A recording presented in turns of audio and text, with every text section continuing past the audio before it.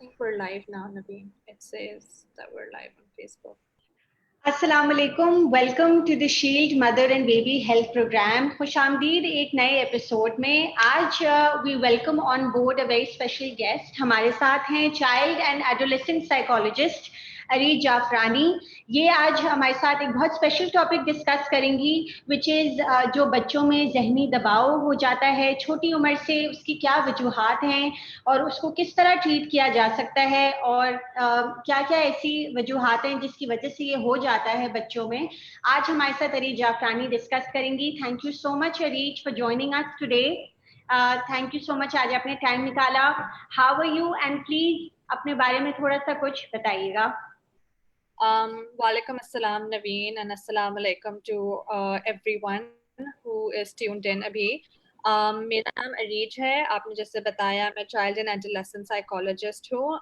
मैं बच्चों के साथ काम करती हूँ जिनको कोई जहनी मुश्किलात पेश हों, जिनके साथ कोई जहनी मुश्किल हो या जहनी के मामले में कोई ऐसी डिफ़िकल्टी आए कि वो स्कूल में सही तरीके से अपना ज़िंदगी में उनकी रुकावट आ रही हो, स्कूल में या अपने दोस्तों में और या अपनी फैमिली में, ख़ानदान में कोई इस तरीके से कोई मसला हो जो उनकी ज़हन पे असर कर रहा हो, या उनकी ज़हनी सेहत पे असर आ रहा हो उसका। तो मैं उन बच्चों के साथ काम करती हूँ। मैं एक प्ले थेरेपिस्ट हूँ, तो मैं बच्चों के 3 साल से लेके 18 साल के बच्चों तक काम करती हूँ।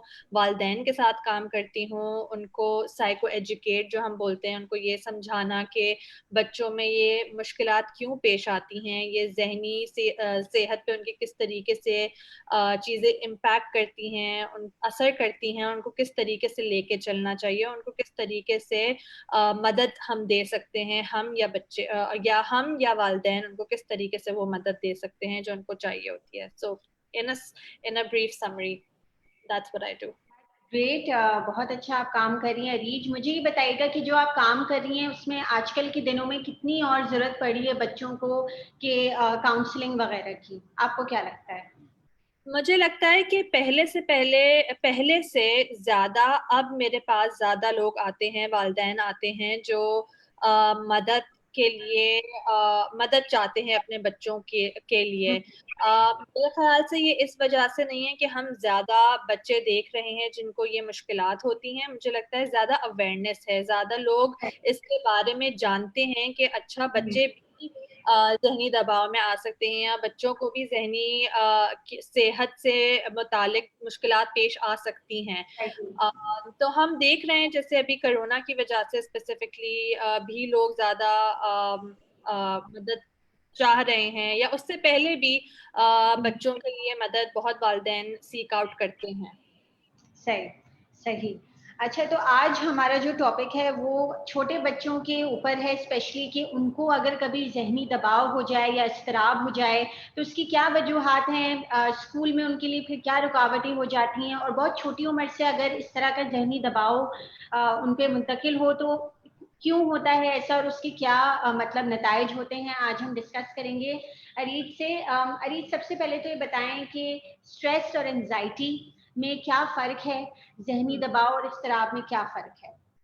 देखिए, एक होती है मामूली स्ट्रेस, एक होती है गैर मामूली एंजाइटी डिसऑर्डर जिसे हम बोलते हैं, जो ऐसी घबराहट होती है जो आपकी जिंदगी में रुकावट पेश करती है, या आपको जो आप अपनी जिंदगी जीना चाहते हैं वो आप जी नहीं सकते क्योंकि वो एक गैर मामूली आपको दबाव आ रहा होता है। तो जो मामूली स्ट्रेस होता है वो ये होता है कि जब हमारी जिंदगी में कोई मुश्किल वक्त आ रहा हो तो हमें दबाव महसूस होता है हमारे जहन में, हमें इस तरह के एहसासात आते हैं कि हमारे लिए थोड़ा मुश्किल हो जाता है, लेकिन वो मामूली होता है क्योंकि अगर एक कोई मुश्किल पेश आ रही है तो हम इट्स इट्स इट्स ये ऐसी चीज है जो हमें उस मुश्किल से लेके आगे चलेगी, उस मुश्किल का सामना करना हमें बताएगी। अगर हमें स्ट्रेस नहीं होगा, अगर हमारी जिंदगी में मुश्किल है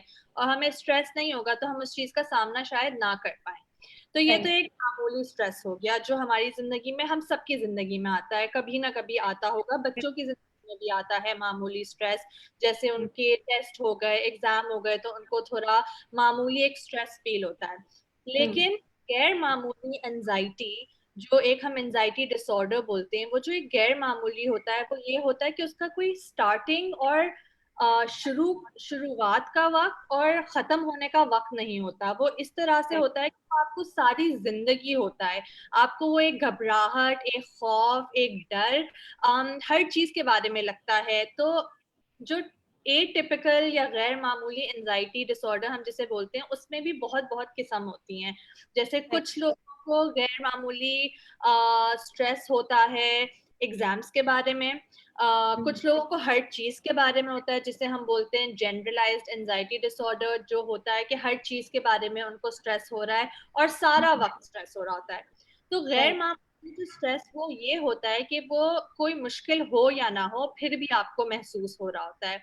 और उसका ये होता है कि आप अपनी जिंदगी को उस तरीके से, एक हमारा ऑप्टिमल लेवल होता है ना, एक सबसे बढ़ के जो लेवल होता है जो हम कर सकते हैं, हमारे अंदर जो एक सलाहियत होती है करने की, वो उस चीज में रुकावट पेश करता है। वो इस तरह से होता है कि कभी कभी लोग अपने घरों से नहीं निकल पाते, या कुछ लोगों के लिए वो ऐसा होता है, जैसे बच्चों की अगर हम बात करें, वो गैर मामूली उनको स्ट्रेस या एंजाइटी जब होती है, वो खौफ होता है, तो वो शायद स्कूल ना जा सकें या पढ़ाई सही से ना कर सकें या अपने दोस्तों के साथ एक सही तरीके से टाइम ना स्पेंड कर सकें। तो जो गैर मामूली हम बात करते हैं ना, उसका कोई शुरुआत और एंडिंग पॉइंट नहीं होता, वो हर वक्त आपको महसूस हो रहा होता है, वो बहुत ज्यादा आपकी जिंदगी पे उसका असर महसूस होता है फिर। सही। अच्छा, अगर हम बहुत छोटे बच्चों की बात करें, जैसे कि टॉडलर्स की बात करें, बिल्कुल बेबीज की बात करें, 3 साल 4 साल के बच्चे या 5 साल के भी बच्चे अगर आप ले लें, तो उनमें एंजाइटी या जो जहनी दबाव की आप बात करें, वो किस तरह फिर हम देखने में आता है? देखिए, जैसे कुछ जो चीजें होती है ना, जो स्ट्रेस होता है या एंजाइटी होती है, वो एक मामूली होता है 3 साल या 4 साल के बच्चों के लिए। जैसे इन कुछ बच्चों के लिए इतना आसान नहीं होता स्कूल जाना, वो उनको थोड़ा टाइम लगता है स्कूल में सेटल होना, उनको थोड़ा टाइम लगता है कि वो स्कूल में हंसी खुशी जा सकें।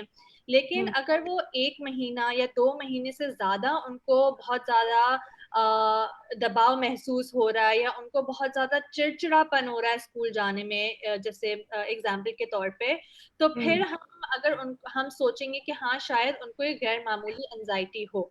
ठीक है, कुछ बच्चे होते हैं जो अपने माँ बाप से, अपने वालिदैन से बहुत मुश्किल से अलग होते हैं, जिसको हम बोलते हैं सेपरेशन एंजाइटी। अब 1.5-2 साल के बच्चे के लिए ये एक नॉर्मल चीज है, बिकॉज 1.5-2 साल का बच्चा इस चीज से, वो अपने माँ बाप से बहुत ज्यादा अटैच्ड होता है, मिला हुआ होता है, ठीक है। लेकिन वो अपना स्कूल जाना शुरू करेगा तो वो उस चीज को फिर यूज टू होता जाएगा, वो उसके लिए एक मामूल की चीज हो जाएगी। तो 1-2 हफ्ते बाद वो ठीक होना शुरू हो जाएगा। लेकिन अगर उसको, उस बच्चे को कोई गैर मामूली एंजाइटी हुई अगर, तो फिर वो इस तरीके से बच्चों में आती है, जैसे बच्चों के पास अल्फाज नहीं होते ये बोलने के लिए कि मैं घबरा रहा हूँ या मुझे डर लग रहा है, तो फिर वो इस तरीके से आता है कि वो चिड़चिड़े हो जाते हैं बहुत ज्यादा, या उनको सोने में तकलीफ महसूस होती है, जैसे वो या तो ज्यादा सो रहे होंगे या बिल्कुल नहीं सो पा रहे होंगे, या उनको नाइटमेयर्स आ रहे होंगे, बहुत खुफिया किस्म के जिना ख्वाब आ रहे होंगे कि वो सो नहीं सकेंगे, पूरी पूरी पूरी रात नहीं सो सकेंगे। कुछ बच्चे वेटिंग करते हैं कि वो बेड में वेटिंग करें, टॉयलेट जाने के बजाय, उनसे वो कंट्रोल नहीं हो पाए। कभी कभी इतने ज्यादा खुफिया किस्म के ख्वाब जब आते हैं उनको। कुछ बच्चे बहुत ज्यादा स्कूल जाने से बिल्कुल मना कर दें, या उनके लिए इतना मुश्किल हो स्कूल जाना कि हर रोज, हर दूसरे तीसरे दिन ये हो रहा हो कि नहीं मुझे स्कूल नहीं जाना, मुझे स्कूल नहीं जाना। और एक सबसे बड़ी बात ये होती है कि बच्चों में हम ये अक्सर नोटिस करते हैं कि जब उनको एंजाइटी होती है या स्ट्रेस होता है, तो एंजाइटी, क्योंकि उनके पास अल्फाज नहीं होते ये बोलने के लिए कि मुझे खौफ महसूस हो रहा है, वो ये होता है कि फिर उनका जिस्म आपको बताता है। तो इन बच्चों को फिर सर में दर्द बहुत ज्यादा होगा या पेट में दर्द बहुत ज्यादा होगा, और आप डॉक्टर्स के पास जा जाके आप थक गए हैं और वो डॉक्टर्स बोल रहे हैं कि कुछ नहीं है कुछ नहीं है। और फिर कुछ बच्चे वो इस तरह के गैस्ट्रो के मसले उनको शुरू हो जाते हैं, कब्ज होना शुरू हो जाता है, डायरिया होना शुरू हो जाता है, क्योंकि एंजाइटी में जो केमिकल्स आपकी बॉडी में आपके जिस्म में होते हैं, वो एक होता है कॉर्टिसोल, एक चीज होती है, एक केमिकल होता है। वो आपको जब आप किसी मुश्किल या दबाव के स्ट्रेसफुल सिचुएशन से आप जब गुजर रहे होते हैं, तो वो रिलीज होता है और उससे आपके जिस्म में इस तरह के पेट में दर्द, बे यू नो कब्ज होना, डायरिया होना, इस तरह के जो मसले होते हैं इंडाइजेशन के, वो भी सामने आना शुरू होते हैं। सही सही। अच्छा, मुझे ये बताइएगा कि फिर आपने इसके बारे में बात की, जहनी दबाव जो इस तरह किसी भी वजह के बगैर भी बच्चे में आ सकता है, जैसे स्कूल नहीं जाना उसको या कुछ और, उसको हम आगे भी बात इसके बारे में करेंगे। मुझे ये बताइएगा कि एक और चीज होती है जो कि फोबिया होता है। फोबिया, इसको आप इस्तिराब से या जहनी दबाव से किस तरह बोलेंगे कि ये अलग होता है? देखिए, जहनी दबाव या एंजाइटी जिसको हम बोलते हैं, ठीक है, और फोबिया एक चीज होती है। अब फोबिया उस जहनी दबाव या एंजाइटी का एक हिस्सा है। जैसे मैंने आपको बताया ना, एंजाइटी डिसऑर्डर की अलग अलग तरह की किस्में होती हैं, तो फोबिया एक तरह की किस्म है। और फोबिया में ये होता है कि बच्चे को किसी चीज का बहुत ज्यादा खौफ होगा।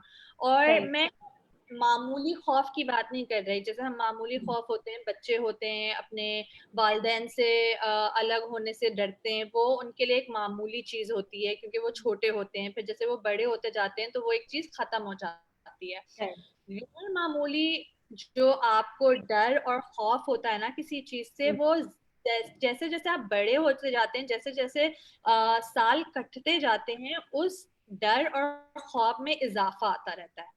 तो वो खौफ और डर कम होने की बजाय वो खौफ और डर ज्यादा बढ़ता जाता है साल साल भर।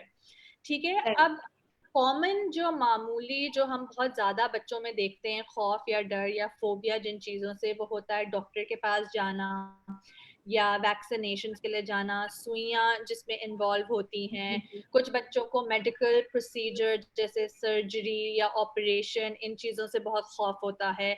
कुछ लोगों को ऊंचाई से बहुत ज्यादा खौफ होता है। कुछ लोगों को एक होती है चीज स्कूल फोबिया, स्कूल जाने से बहुत ज्यादा खौफ होता है। एक चीज होती इंसेक्ट्स वगैरह से, कीड़े मकोड़ों से, जैसे बहुत ज्यादा खौफ होता है। अब हम जब फोबिया की बात करते हैं, एक तो मामूली फोबिया होता है, जैसे अगर मैं बात करूं, मुझे छिपकलियों से बहुत डर लगता है, ठीक है। लेकिन मुझे अगर छिपकली से डर होता है, लेकिन वो एक नॉर्मल मामूली डर है। वो इसलिए मामूली डर है कि अगर मुझे कहीं छिपकली नजर आ गई तो मैं उससे भाग के वो एरिया छोड़ के नहीं चली जाऊंगी। या अगर मुझे पता है कि अगर मैं जा रही हूँ या मुझे केकड़े से जैसे बहुत ज्यादा डर है, तो मैं बीच बिल्कुल जाना छोड़ दूं, फॉर एग्जाम्पल।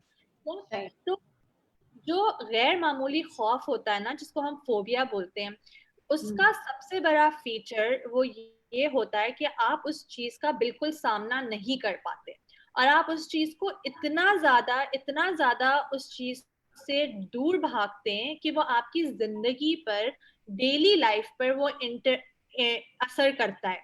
अब जैसे मैं आपको एग्जाम्पल दूं बच्चे का, अगर उसे किसी कुत्ते का खौफ है फॉर एग्जाम्पल, या बिल्ली का खौफ है, अब उसका अगर वो मामूली डर है, तो वो अगर उसे पता है कि उसके दादा दादी के घर पे बिल्ली या कुत्ता है, तो उसको डर लगेगा जाने में, लेकिन वो ये नहीं बोलेगा कि मैं बिल्कुल नहीं जाऊंगा, मैं उस चीज को कम्प्लीटली अवॉइड करूंगा।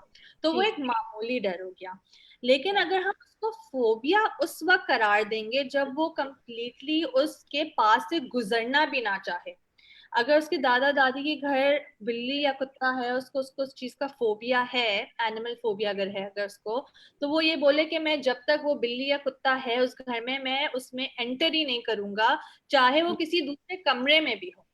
तो एक ये सबसे बड़ा फीचर होता है फोबिया का कि आप उस चीज का सामना कर ही नहीं सकते, वो आपके लिए इतना खौफनाक होता है वो। सही। ठीक है, ठीक है। अच्छा, हमारे कुछ शील के यूजर्स हैं, उन्होंने कुछ सवाल पूछे हैं जो मैं आपसे पूछना चाहूंगी। एक मदर पूछती हैं कि नेल बाइटिंग की क्या वजह होती है और उसको किस तरह ठीक कर सकते हैं छोटे देखिए, बच्चों में, टॉडलर्स में। ये थोड़ा शायद डिफरेंट है हमारा टॉपिक जो है आज का। हम मैं उससे हम्म। अगर रिलेट करूं तो हम्म। कुछ बच्चे होते हैं जो नेल राइटिंग करते हैं जब वो जहनी दबाव का शिकार होते हैं या उनको किसी चीज से वो होता है, डर लगता है, खौफ होता है, तो वो नेल बाइटिंग करते हैं।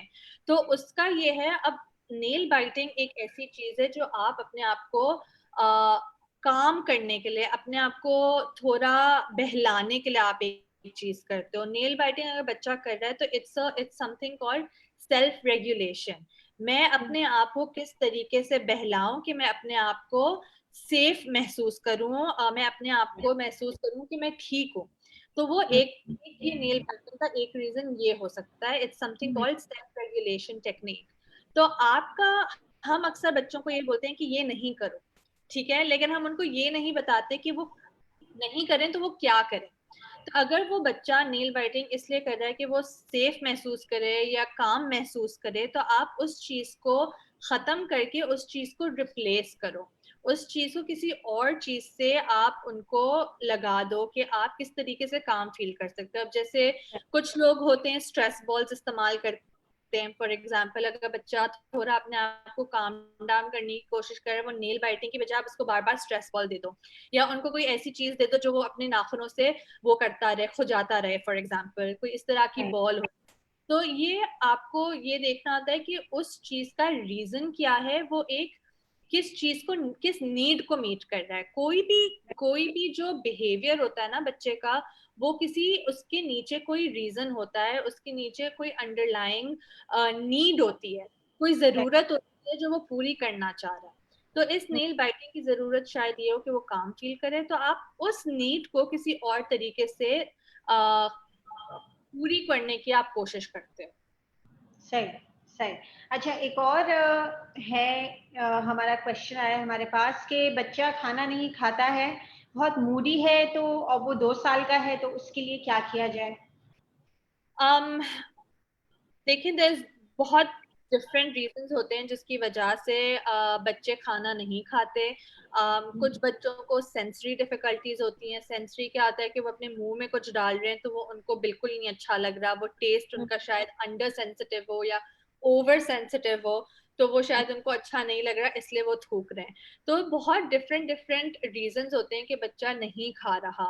अक्सर जब जहनी दबाव भी होता है बच्चों में तो उनकी खाने पीने पे भी असर आता है। तो आपका सबसे बड़ी जो चीज है, अगर आपका बच्चा कोई ऐसी चीज कर रहा है जो गैर मामूली है, जो हम्म। बाकी बच्चे नहीं करते, तो आपका सबसे बड़ा पहला जो कदम होना चाहिए वो ये होना चाहिए कि आप फिगर आउट करें, आप ये कोशिश करें ये पता करने की कि बच्चा क्यों ये कर रहा है, सही। क्या जरूरत वो मीट कर रहा है, या वो आपको क्या बताने की कोशिश कर रहा है अपने हम्म। बिहेवियर से। और फिर जब वो आप समझेंगे तो ही आप उसको खत्म कर सकते हैं या उस चीज को एड्रेस कर सकते हैं, ये जाने बगैर कि उसकी क्या जरूरत है या वो हम्म। क्या चीज चाह रहा है, आप उस चीज को कभी भी एड्रेस नहीं कर पाएंगे। सही, ठीक है। अच्छा, जहाँ हमने थोड़ी सी फोबिया की बात की, जो आपने कहा गैर मामूली, कोई किसी भी चीज से, इंसान से, किसी भी जगह से डर हो जाता है बच्चे को, तो अच्छा, माएँ ये किस तरह पता कर सकती हैं कि ये एक ही चीज जो, जिससे वो, जैसे पानी का डर हो गया, सिर्फ उसी चीज का डर है, या फिर वो किसी फेज से गुजर रहा है कि उसको थोड़ी अरसे के लिए डर है और फिर वो बाद में ठीक हो जाएगा? ये किस तरह कुछ माएँ पता कर सकती हैं?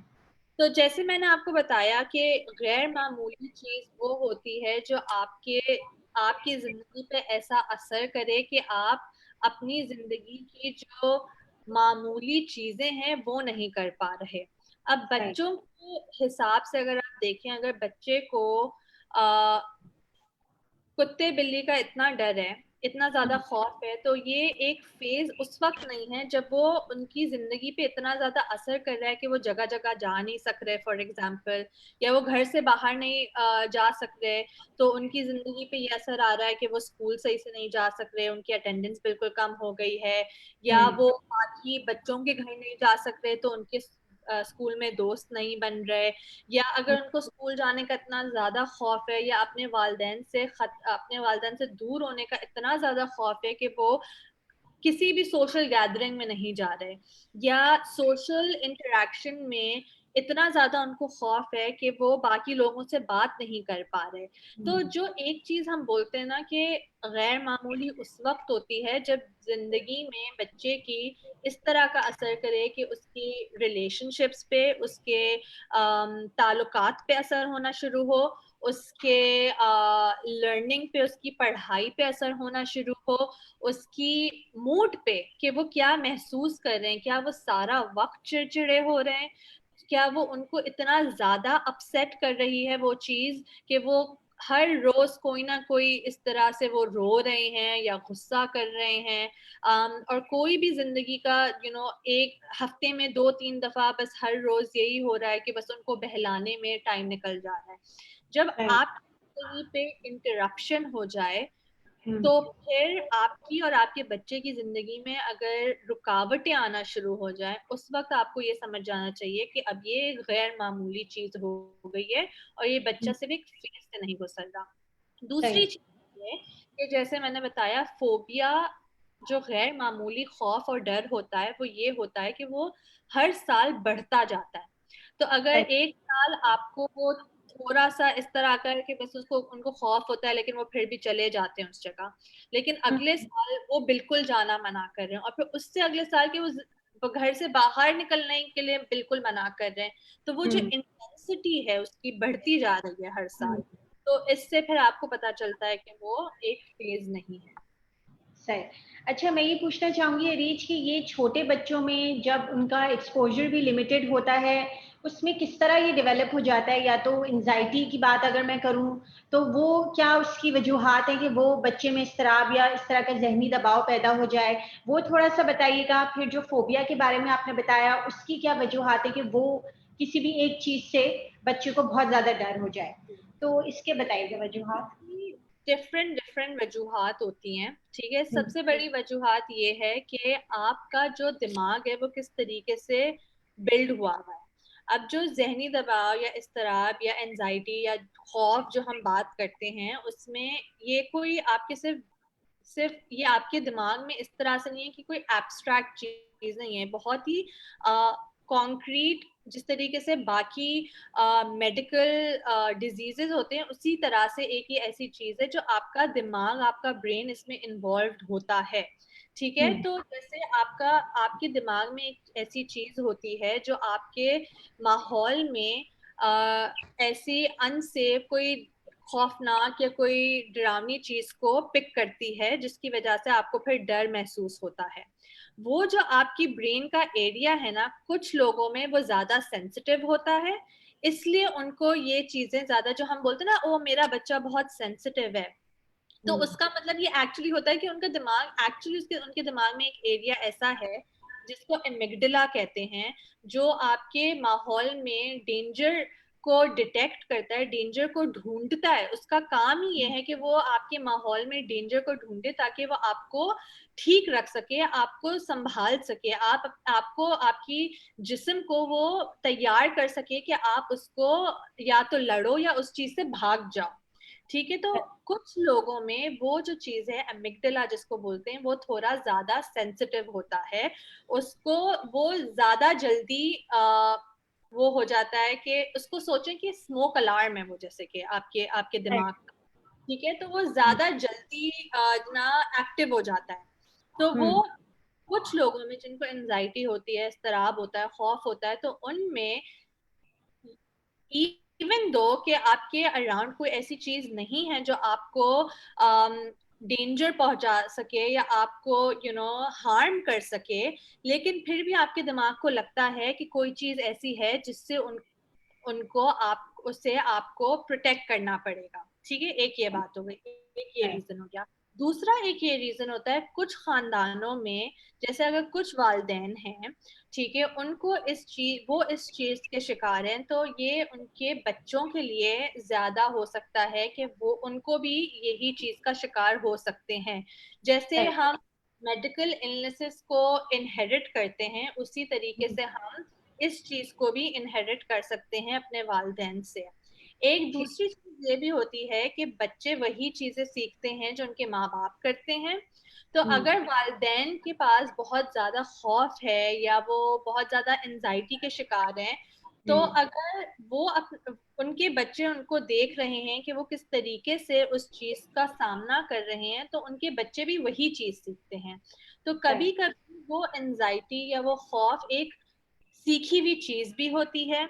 और एक तीसरा ये एक रीजन होता है, ये एक वजह ये होती है कि आपका माहौल कैसा है। अगर आप इस तरह के माहौल में रह रहे हैं जहाँ पे बहुत ज्यादा स्ट्रेस है, बहुत ज्यादा दबाव है, तो या आप इस तरह की किसी खतरनाक हादसे से गुजरे हैं जिसको हम ट्रॉमा कहते हैं, जहाँ आपकी जिंदगी पे वो आया हो कि आपको अपनी जिंदगी के लिए खतरा महसूस हो, तो फिर जब आपको वो इस तरह का हादसा होता है, तो उसके बाद भी कुछ लोग, कुछ बच्चे, कुछ लोग एंजाइटी का शिकार हो सकते हैं as an impact of that. उस चीज का असर फिर उनकी जिंदगी में, हर ट्रॉमा का असर डिफरेंट डिफरेंट होता है, और कुछ लोगों के लिए ट्रॉमा का, उस खतरनाक हादसे का असर ये होता है कि फिर वो एंजाइटी का शिकार होते हैं। ठीक है। अच्छा, जो फोबिया जिसकी हम बात करते हैं, अगर किसी स्पेसिफिक चीज से है तो क्या कर सकती है फैमिली या डॉक्टर कि वो कम हो सके अपनी इंटेंसिटी में, या ताकि जो मामूली जिंदगी है वो इंटरप्ट ना हो सके बच्चे की? तो अब देखें, अगर किसी बच्चे को गैर मामूली फोबिया है या खौफ है, तो सबसे पहले तो आपको ये एक्सेप्ट करना होगा कि बच्चों के साथ ये चीज होती है। और अगर आप किसी प्रोफेशनल, किसी एक्सपर्ट के पास जा रहे हैं, तो इसमें कोई शेम या इसमें कोई बुरी बात नहीं है। ये हर बच्चे बहुत बच्चों के साथ होता ये है। बहुत इम्पोर्टेंट पॉइंट है जी। ये बहुत बच्चों के साथ होता है, बहुत नॉर्मल मामूली सी बात है कि मैं आपको अगर बताऊं, जो जहनी सेहत के जो मसाइल होते हैं ना, बच्चों में ही स्टार्ट होते हैं, और बड़ों में 50% जो जो बड़े लोग हैं, जो अडल्ट्स हैं, जिनको जहनी इलनेसेस हैं या जहनी मसले हैं, वो उनकी शुरुआत 14 साल से पहले होती है। तो अगर आप अपने बच्चों को पहले से किसी एक्सपर्ट के पास ले जाएं, तो उसमें कोई खराबी नहीं है। इनफैक्ट आप उनके लिए बहुत अच्छी चीज कर रहे हैं कि आप उनको वो सपोर्ट दे रहे हैं, वो मदद दे रहे हैं कि वो बाद में जब बड़े हो जाएं तो वो उनको उस चीज का सामना ना करना पड़े, या उनको पता चल जाए कि वो अपने खौफ और अपने डर के साथ किस तरीके से उसको मैनेज कर सकते हैं, अपनी जिंदगी कैसे अच्छी तरीके से गुजार सकते हैं।